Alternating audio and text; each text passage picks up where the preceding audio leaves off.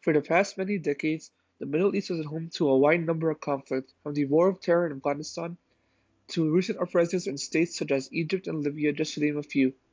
The conflict has occurred in all forms, from violence to proxy wars.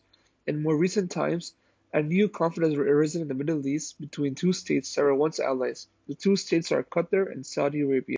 To better understand the roots of this conflict, one must go back to 1995 when Hamad bin Khalifa Al Thani, the father of Qatar's current emir, overthrew his father to take control of Qatar. Hamad believed that in order for Qatar to thrive as a state, it must greatly decrease its reliance on Saudi and instead become a rival of Saudi. With Qatar finding new sources of oil, it began forming alliances with perhaps Saudi's biggest rival, Iran. Both Iran and Qatar have shared ownership of the Saud Pars gas field, which is the world's largest natural gas field. This, along with Qatar's close alliance with the US, has further angered Saudi, who view Qatar as a threat to themselves. The anti-Qatar point of view has also been adopted by many of Saudi's allies such as the UAE, who accused Qatar of using its investment profits to fund extremist groups such as Hamas, the Muslim Brotherhood of Egypt, and various other Iranian-backed groups such as the Houthi rebels in Yemen. Another division between the two states was formed during the Arab Spring of 2010 to 2012, with Saudi overthrowing of many Arab leaders. Saudi held an anti-revolution stance, while the Qatari government had support of the revolutions that took place. The Arab Spring also brought in another actor to this conflict, which is the Al Jazeera news network. Al Jazeera was founded by Emir Hamad of Qatar, and throughout its existence it has been clouded with controversy. It has been accused of being supportive of Iran and Israel, among other groups and states that Saudi opposes. The conflict between the two states was for many years not considered as serious, as both states showcased their power in soft means, with small-scale sanctions being placed for only a temporary amount of time. On the 5th of June 2017, this conflict went to a whole new level as Qatar's sovereignty was severely attacked after Saudi, along with 16 other Arab and Muslim states, cut all diplomatic ties with Qatar. The first actions against Qatar were a sudden stop to all trade with Qatar, which was done by denying any Qatari vessel or ship entry to any Saudi or UAE shipping port. This was followed by a travel ban implemented on Qatar Airways, which included a ban on the airline flying over Saudi and UAE airspace. This forced the airline to reroute to Africa and Europe.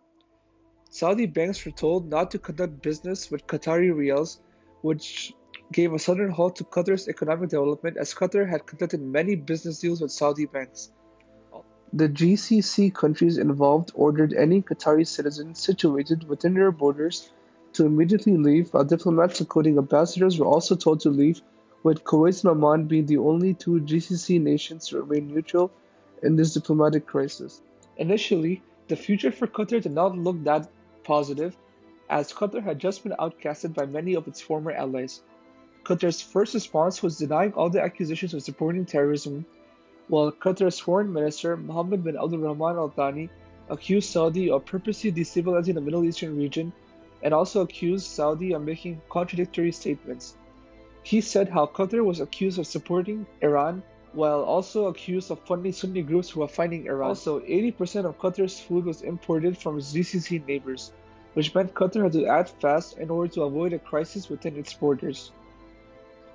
This resulted in Qatar forming a stronger relationship with Turkey, which improved their bilateral relations, and Turkey not only sent food and other needs to Qatar, but also its troops to Qatari soil.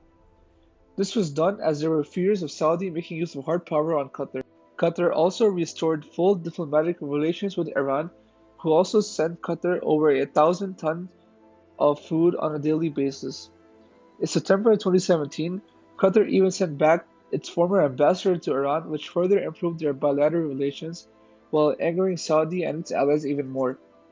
The restoration of relations with Iran was done just right after Saudi gave Qatar a list of 13 demands which had to be met within 10 days in order for an end to the whole diplomatic boycott. One of the demands was to reduce diplomatic relations with Iran. Another demand was the closure of the Turkish base in Qatar, to which Qatar reacted by allowing more troops in.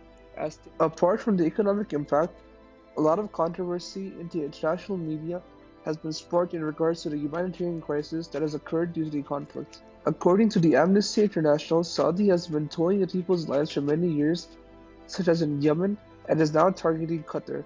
Many people have lost their jobs because of this conflict, while the separation of families and destruction of education for some has halted the social development in Qatar.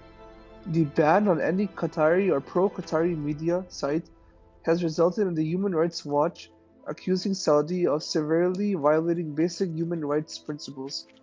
Saudi and the UAE have also have fines and prison terms in place for anybody who speaks positively about Qatar. With all this going on, you must also look at the third major actor involved in this conflict, which is the United States.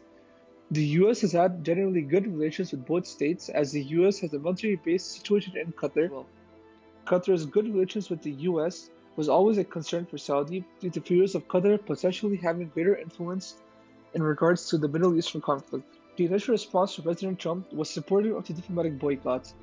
He tweeted the following: "During my recent trip to the Middle East, I stated that there can no longer be funding for radical ideology. Leaders pointed to Qatar. Look, this statement was very surprising considering the alliance between Saudi and Qatar, an alliance that Trump seemed to have forgotten.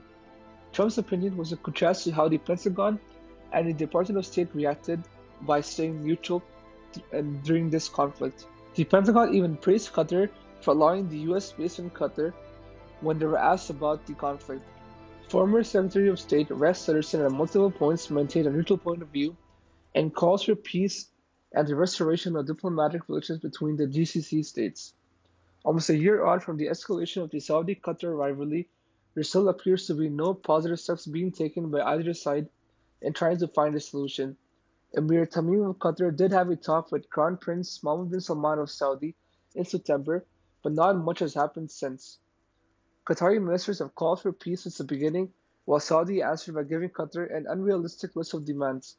With the lack of progress in regards to peace, it is clear that solutions must be formed with the help of a common ally, which for this instance would be the US, was with Trump praising the boycott, even that looks unlikely. The basis of this entire boycott was Qatar's strong alliance with Iran. So unless Qatar ends this alliance with Iran, which is extremely unlikely, the conflict looks set to continue for the many years to come.